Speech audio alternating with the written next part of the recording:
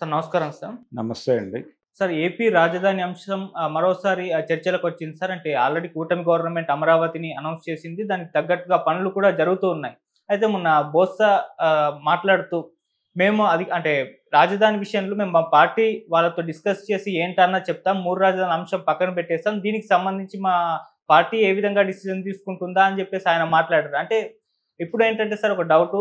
రేపటి రోజు ఒకవేళ వైసీపీ అధికారంలోకి వస్తే మళ్ళీ చేంజ్ అయ్యి అమరావతిని కాకుండా ఇంకొక దాన్ని రాజధానిగా చేసే ఛాన్స్ ఉందా అని చెప్పేసి కూడా మాట్లాడుకుంటున్నారు. ఇప్పటికీ కూడా ఒక చర్చలో మిగిలిపోయింది. అన్ని పార్టీలు కలుపుకొని ఏదో ఒక దాన్ని రాజధానిగా చేస్తే అయిపోతుందా అని చెప్పేసి మినిమం చాలా మందికి డౌట్ వచ్చేస్తుంది సార్. మరి రాజధాని అంశం గురించి మీరేం చెప్తారు సార్? అంటే రాజధానికి చట్టపరమైనటువంటి ఒక భద్రత కల్పిస్తామని చెప్పి కేంద్ర ప్రభుత్వం చెప్పింది. చెప్పి అది కల్పించడం ద్వారా ఇంకా రాజధాని మార్చడం, దాని మీద డిస్కషన్ లేకుండా చేస్తాము అని చెప్తున్నారు. అది చేస్తే ఓకే. అంటే పరిపాలనా సౌలభ్యం కోసం, అలాగే వికేంద్రీకరణ కోసం, అభివృద్ధి వికేంద్రీకరణ కోసం, పరిపాలనా వికేంద్రీకరణ కాదు, అభివృద్ధి వికేంద్రీకరణ కోసం ఒక 3-4 సెంటర్లను డెవలప్ చేస్తే బాగుంటుంది అని ఆయన అభిప్రాయపడ్డాడు జగన్మోహన్ రెడ్డి. అంతే తప్ప రాజధాని అనే విషయంలో అంటే ఒక చోట మూసపోసినట్టు ఉండకూడదు అభివృద్ధి. హైదరాబాద్ విషయంలో జరిగింది ఇదే అని చంద్రబాబు నాయుడు గారు కూడా మాట్లాడాడు. ఇది 2014లో ఆయన ముఖ్యమంత్రి కావడానికంటే ముందు హైదరాబాదులోనే అభివృద్ధి అంతా మనం కుప్పపోసి తప్పు చేశాం అని వారే మాట్లాడారు. వారే మళ్ళీ అమరావతి అనే పేరుతో అభివృద్ధి అంతా అక్కడ మోసపోయటానికి ఒక ప్రయత్నం చేశాడు. అంటే హైదరాబాదు రాజధానిగా ఉన్న ఉమ్మడి రాష్ట్ర ఆంధ్రప్రదేశ్లో పరిస్థితి ఏమిటి? శ్రీకాకుళంలో మారుమూల ప్రాంతంలో ఏదన్నా ఊళ్ళో ఒక పిల్లవాడు ఎవరైనా డిగ్రీ కంప్లీట్ అయితే ఆ తండ్రి ఆ కుర్రాడి చేతిలో ఒక 10,000, 5,000, 2,000 పెట్టి హైదరాబాద్ బస్సు ఎక్కించి అక్కడికి వెళ్ళి ఏదో రకంగా బతకరా బాబు, బతుకు ఓపెన్ చేసుకో అని పంపించటం ఒక ఆచారంగా మారిపోయింది. అలా మార్చేశారు మీరు. ఆ మార్చేయటం అనేది ఎందుకు జరిగిందంటే అభివృద్ధి అంతా ఇక్కడ కుప్పపోయటం వల్ల. ఇలా కుప్పపోయటం కాదు, ఎక్కడికక్కడ జరగాలి, వికేంద్రీకరణ జరగాలని చంద్రబాబు గారు కూడా మాట్లాడారు. కానీ వారు అధికారంలోకి వచ్చాక ఆ మాటలు మర్చిపోయి అమరావతి కేంద్రంగా జరిపే ప్రయత్నం చేశాడు. అన్నీ అక్కడే అనే పద్ధతిలో ఆయన నిర్ణయాలు, పనులు జరిగినాయి. దాని మీద ఆయన పాత మాటల్ని మళ్ళీ ఆచరణలోకి తీసుకొచ్చే ప్రయత్నం జగన్మోహన్ రెడ్డి చేశాడు. దాన్ని సీరియస్గా క్రిటిసైజ్ చేయాల్సిన అవసరమేం లేదు. ఆ ప్రయాణం ప్రాపర్గా ఉందా లేదా అనే దాని మీద క్రిటిసైజ్ చేయొచ్చు. జగన్మోహన్ రెడ్డి వ్యవహార శైలి అంటే ఒకటి స్పష్టం, దాన్ని ఆయన ఒక ఎస్కేపింగ్ ప్రోగ్రాంలో భాగంగా తీసుకుని ఉండొచ్చు. అంటే ఆయన ప్రజలకి సంక్షేమ పథకాలు అందించటము అనేది ప్రధాన ఎజెండాగా పెట్టుకుని ఇతర ఖర్చులన్నీ తగ్గించుకునే కార్యక్రమం చేపట్టాడు. ఆ ఇతర ఖర్చుల తగ్గింపులో భాగంగా రాజధాని కోసం పెట్టే కేటాయింపులు అక్కడ పెట్టకుండా ఉండటానికి అసలు రాజధాని కాదు అంటే సరిపోతుంది.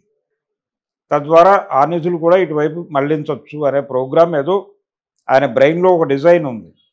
ఆ డిజైన్ మేరకు ఆయన వ్యూహాత్మకంగా కూడా ఈ అభివృద్ధి వికేంద్రీకరణ అనేటువంటి నినాదాన్ని మేజర్గా మాట్లాడి ఉంటాడు. అది విషయం.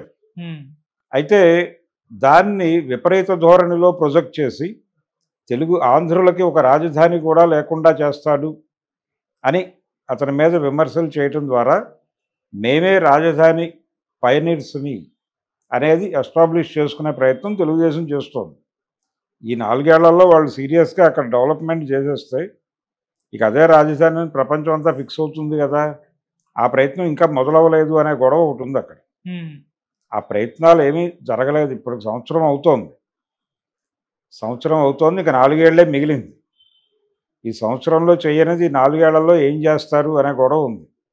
వాళ్ళకి అర్థం కాని విషయం ఏంటంటే జనాల్లో ఒక రకమైన చిరాకు మొదలైంది ఆల్రెడీ.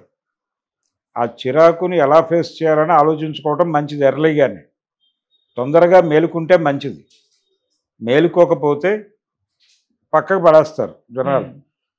కాబట్టి పక్కన పడేసే పరిస్థితి తెచ్చుకోకుండా వ్యవహరించాల్సిన అవసరం ఉంది. అంటే వైసీపీ మీద ఈ స్టాంపు మరింత బలంగా వేయటానికి ఇప్పుడు బొత్స అన్న మాట ఏమిటి, ఆయన దీని మీద మా పార్టీ విధానం ఏమిటో అంతర్గత సమావేశాల్లో చర్చించి ఒక నిర్ణయం ప్రకటిస్తాము అన్నాడు. అది ప్రకటిస్తామని చెప్పాడు. అది ఎప్పుడూ ప్రకటిస్తామని కాదు, ఇప్పుడు ప్రకటిస్తామనే. మేము ఒకసారి కూర్చుని మాట్లాడుకుని ఒక నిర్ణయం ప్రకటిస్తాము అన్నాడు. అది నెగిటివ్గా వస్తుందని ఎందుకు అనుకోవాలి, పాజిటివ్గా కూడా కావచ్చు కదా. ఓకే, అమరావతి మన రాజధాని అనొచ్చు. ఆ నిర్ణయం రానివ్వండి. ఈ లోపల విమర్శలు ఎందుకు వాళ్ళ మీద? వాళ్ళు పాత విషయాలు ఏవో మళ్ళీ లేవనెత్తి కొత్త విమర్శలు చేయటం ఎందుకు? వాళ్ళు మళ్ళీ అడ్డం పడిపోతారంటే అడ్డం పట్టడానికి లేదు. ఇక్కడ నేరుగా ప్రధాని మోడీ గారే ప్రమాణ స్వీకారం రోజున మాట్లాడాడు. దీనికి ఒక చట్టబద్ధమైనటువంటి ఒక రక్షణ ఏర్పాటు చేయాల్సిన అవసరం ఉందని అందరూ మాట్లాడారు. దానికి వారు ఓకే చేశారు. దాన్ని ఏదో చేసుకుంటే అయిపోతుంది. అలాగే వీళ్ళు అక్కడ ఏం చేయదలుచుకున్నారో అది మొదలుపెట్టి చేయాలి కదా. అది చేస్తే ఆగుతుంది. అది చేయకపోవడం వలన కదా ఇప్పుడు గతంలో ఏముంది అక్కడ, శ్మశానాలు అనే మాట కూడా వాడేశారు. బొత్స సత్యనారాయణ అన్నాడు ఆ మాట. ఎందుకన్నావంటే ఆ రోజున పరిస్థితి అది అంటున్నాడు. ఇప్పుడు కొంచెం మారుతూ ఉండొచ్చు. మారితే మేమెందుకు అంటాం అంటున్నాడు అతనే. మరి మార్చి చూపించండి, మారిస్తే మేము అంగీకరిస్తాం అంటున్నారు వాళ్ళు. కాబట్టి మీరు ఏం చేస్తారో చేయండి. అక్కడ చేసిన తర్వాత అభిప్రాయాలు మారుతాయేమో చూద్దాం. ఆయన అన్నది పార్టీ నిర్ణయం ఏమిటో ప్రకటిస్తామని, ప్రకటించనివ్వండి. దానిలో తేడా ఉంటే అప్పుడు విమర్శించండి. ముందస్తు విమర్శలు ఎందుకు? అంటే ఒక బ్రాండ్ చేయటం అనేది ఒక ప్రోగ్రామ్గా చేసేవాళ్ళు ఏం మాట్లాడినా బ్రాండ్ చేస్తున్నారు. ఈ బ్రాండింగ్ ప్రోగ్రాంలో భాగంగానే ఇష్యూని మళ్ళీ రైజ్ చేశారు. ఇలా ఇష్యూలు రైజ్ చేసుకుంటూ ఈ డ్రామా నడపడమేనా? ఒరిజినల్గా చేసేది ఏమన్నా ఉందా? గ్రౌండ్లో నిలబడి ఏమైనా చేయగలరా? మీరు చేస్తున్నారా? ఎందుకు ఇప్పటికే ఆంధ్రప్రదేశ్ ప్రజల మనసుల్లో నెమ్మదిగా వ్యతిరేకత ఎందుకు పోగుపడుతోంది అనేది చెక్ చేసుకోండి ముందు.